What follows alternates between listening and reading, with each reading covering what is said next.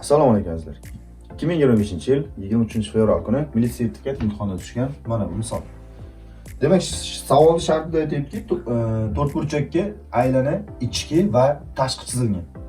Va to'rtburchak tomonlari 6 6 8 8 edilgan.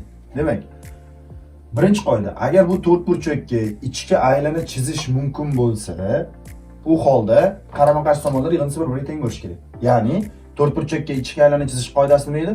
Qarama-qarshi tomonlar yig'indisi bir-biriga teng bo'lsa, u to'rtburchakka ichki aylana chizish mumkin. Demak, mana bu tomon 6 bo'lsa, bu 6, bu 8 bo'lsa, bunisi 8 bo'lishi shart. Shunda mana qarama-qarshi tomonlar yig'indisi bir-biriga teng 14 qo'ysak, shunda ichki aylana chizish mumkin. Ikkinchisi, endi bu to'rtburchakka tashqi aylana ham chizilgan deyapti o'rtoqlar. Tashqi aylana chizish qoidasi. Agar to'rtburchakning qarama-qarshi burchaklar yig'indisi bir-biriga teng bo'lsa, unga tashqi aylana chizish mumkin. Demak, biz hozir mana bu burchakda alfa deydigan bo'lsak, o'z-o'zidan mana bu burchak bizda pi minus alfa bo'lishi shart. Ikkalasi 180 bo'lishi shunda. Mana buni agar beta deydigan bo'lsak, mana burchagimiz pi minus beta bo'lishi shart. Qarama-qarshi burchaklar yig'indisi 180 bo'lishi kerak, to'rtburchakda. Shunda tashqi aylana chizish mumkin. Endi diagonal haqida gap ketgan, ya'ni biz eng kichik diagonalini va ichki va tashqi chizilgan aylanmalar markazlari orasidagi masofani topishimiz kerak ekan. Birinchi diagonalni hal qiladigan bo'lsak. Xo'sh. Nima qilamiz? Mana bu yerda misol uchun D1 diagonal tortamiz. Buni D1 deylik. Mana bu yerda uchburchak yasalyapti, ko'ryapsizlar o'rtoqlar. Misol uchun agar A, B, C, D deyilgan bo'lsak, A, D, C bitta uchburchak. Ikkita tomon orasidagi burchak va shu burchak qarshisidagi tomon uchun kosinuslar teoremasi qo'llaymiz. A desa uchburchakka. Ya'ni D1 ning kvadrati teng bo'ladi 6 ning kvadrati qo'shilgan 8 ning kvadrati ayrilgan 2 kara 6 kara 8 ko'paytirib kosinus pi minus alfa. Mana burchak. Endi A, B, C ham bitta uchburchak. Unga ham kosinuslar teoremasi qo'llasak, D1 ning kvadrati teng 6 ning kvadrati plus 8 ning kvadrati minus 2 kara 6 kara 8 ko'paytirilgan kosinus alfa. Mana burchak o'rtoqlar. Keyin bilasizlar, kosinus pi minus alfada keltirish mavzularidan bilamizki, trigonometriyadan minus kosinus alfa chiqadi. Ism o'zgarmaydi, ikkinchi chorakka qaytgani uchun manfiy javob chiqadi. Shunda D1 ning kvadrati teng 6 ning kvadrati plus 8 ning kvadrati. Mana minus kosinus chiqarkan-ku, mana o'rtadan plus qilib qo'yadi. Plus 2 kara 6 kara 8 kosinus alfa bo'ladi. Shuni sistema qilib bitta qo'shib yuborsak, mana bu joyda bizda shunday 0 bo'lib ketadi. Ikkalasi qo'shilib ikkita D1 kvadrat teng ikkita 6 ning kvadrati plus ikkita 8 ning kvadrati bo'ladi. Bular 0 bo'lib ketdi.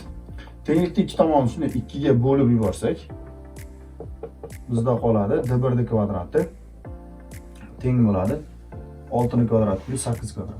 6 ning kvadratiga 8 kvadratdan qo'shsak 100 bo'ladi. O'z-o'zidan D1 10. Demak, D1 10 bo'lsa e'tibor beringlar. D1 10 bo'ladigan bo'lsa 6 8 10. Bu qanaqa uchburchak bo'ladi? To'g'ri burchakli uchburchak bo'ladi. Demak, mana bu to'g'ri burchakli uchburchak bo'lsa, unda mana bu burchagimiz 90 gradus bo'lishi kerak o'rtoqlar. Bu burchak ham o'z-o'zidan 90 gradus bo'ladi. Demak, bizda alfamiz 90 gradusli kelib chiqdi. To'g'ri burchakli uchburchak ekan. Yaxshi. Endi ikkinchi diagonal topadigan bo'lsak, mana bunday o'tkazamiz mana. Buni D2 deydigan bo'lsak, demak ADB uchburchak uchun ham kosinuslar teoremasi. D2 ning kvadrati teng bo'ladi 6 ning kvadrati plus 6 ning kvadrati minus 2 ko'paytirib 6 ko'paytirib 6 va kosinus pi minus beta. Xo'sh, endi DCB uchburchakka ham kosinuslar teoremasi. Yana D2 ning kvadrati teng 8 ning kvadrati bo'ladi endi o'rtoqlar. Plus 8 ning kvadrati bo'ladi minus 2 kara 8 kara 8 kosinus burchagimiz beta. Endi bu yerda bilasizlar, kosinus pi minus betada boya aytganimizdek o'zi chiqadi. Kosinus beta bu faqat pi dan ayrilgancha ikkinchi chorakka tushadi. Ikkinchi chorakda kosinus manfiy javob berish kerak, demak minus chiqadi. Oldini plus qilib qo'yadi. Demak, D2 ning kvadrati teng 6 ning kvadrati plus 6 ning kvadrati. Xo'sh, plus 2'da 6 ko'paytirib 6 kosinus bitta. Xo'sh, mana endi nima qilamiz? Ikkita namunani bo'ldik bizda. Buni sistema qilib, shuni ayirib yuboramiz. D2 kvadratlari shuni yo'q ketadi. Demak, 0 teng 64 dan 36 ketyapti o'rtoqlar, 28 qoladi.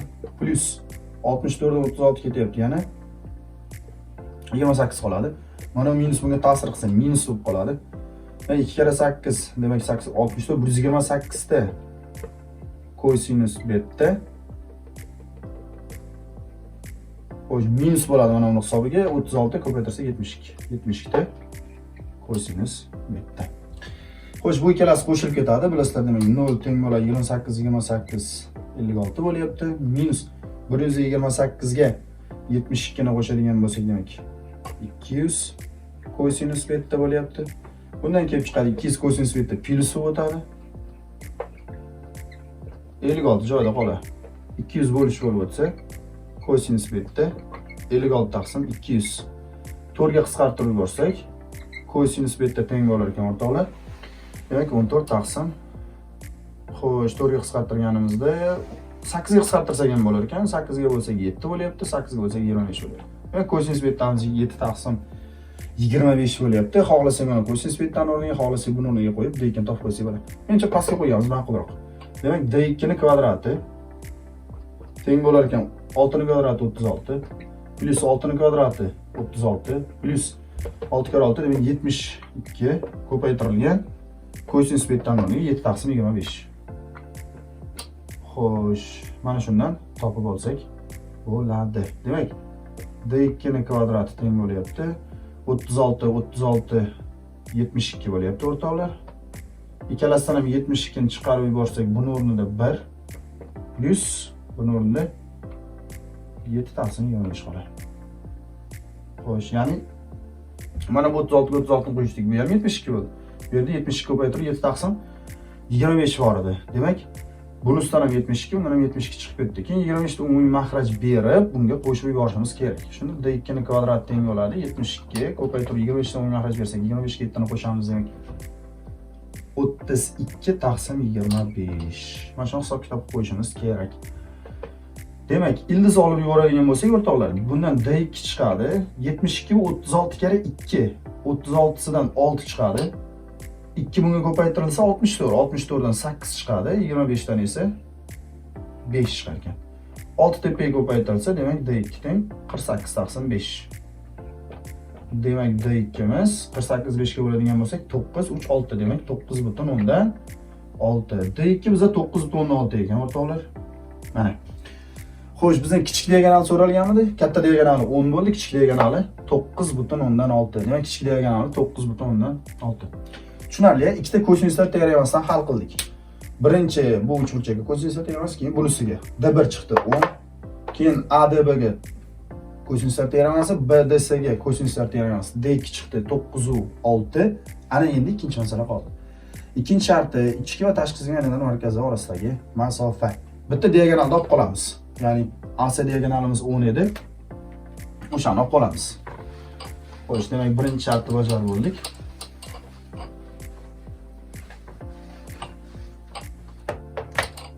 Xo'sh. Endi qaranglar. Mana buni o'chirib turamiz o'rtoqlar. Agar bunga hozir tashqi aylana chizadigan bo'lsak, bilasizlar. Shu tashqi aylana ADS hamda ABC uchburchaklarga ham tashqi chizgan aylana bo'ladi. Bu ikkalasi ham to'g'ri burchakli uchburchak. To'g'ri burchakli uchburchakka tashqi chizilgan aylana markazi gipotenuzani o'rtasida bo'ladi. ADSda ham, ABCda ham gipotenuza AC diagonal. O'sha AC diagonalimiz bizda 10. Demak, 10 ni o'rtasida ekan tashqi chizilgan aylana markazi. Demak, 10 ni 2 ga bo'ladi. Tabiiyki, bu yog'i 5, bu yog'i 5. Endi o'rtoqlar, e'tibor berasizlar. Ichki chizilgan aylana markazi. Demak, ichki aylana chizadigan bo'lsak, mana shu ichki chizilgan aylanamizning markazi ham xuddi shu AC diagonalni ustiga tushadi. Faqat sal mana bu yerda bo'ladi. Biz esa mana shu orasidagi mana shu masofacha x chani topishimiz kerak o'rtoqlar. Endi bitta narsa. Xo'sh, ichki tizimga aylana markazidan mana bu yerga olib kelsak, endi bu DS tomon urilma bo'lib turibdi-ku, 90 gradusda keladi. Mana bu ichki tizimga aylana radius hisoblanadi. Ya'ni ABCD to'rtburchakka ichki chizilgan aylana markazi bo'lib qoldi. Xo'sh, ichki chizilgan aylana markazi ko'p burchakka qanday topilardi? 2S taqsim perimetrdan topilardi. 2 ko'paytiruv to'rtburchak yuzini qanday topamiz? To'rtburchak ikkita to'g'ri burchakli 3 burchakdan tashkil topgan.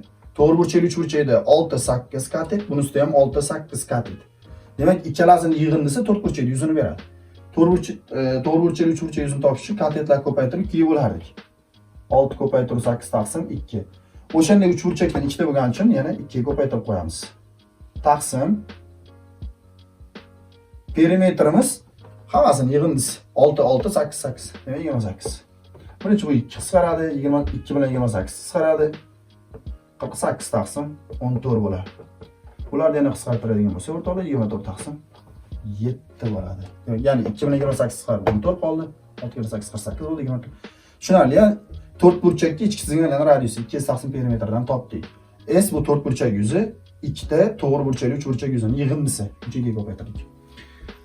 Xo'sh, endi mana bu joy chiqdi bizda o'rtoqlar. Bu radiuscha 24 taqsim 7 ekan. Masala mana shu markazdan C gacha bo'lgan masofani topib olish. Endi mana markazi A nuqta desak, bizga AC masofa kerak.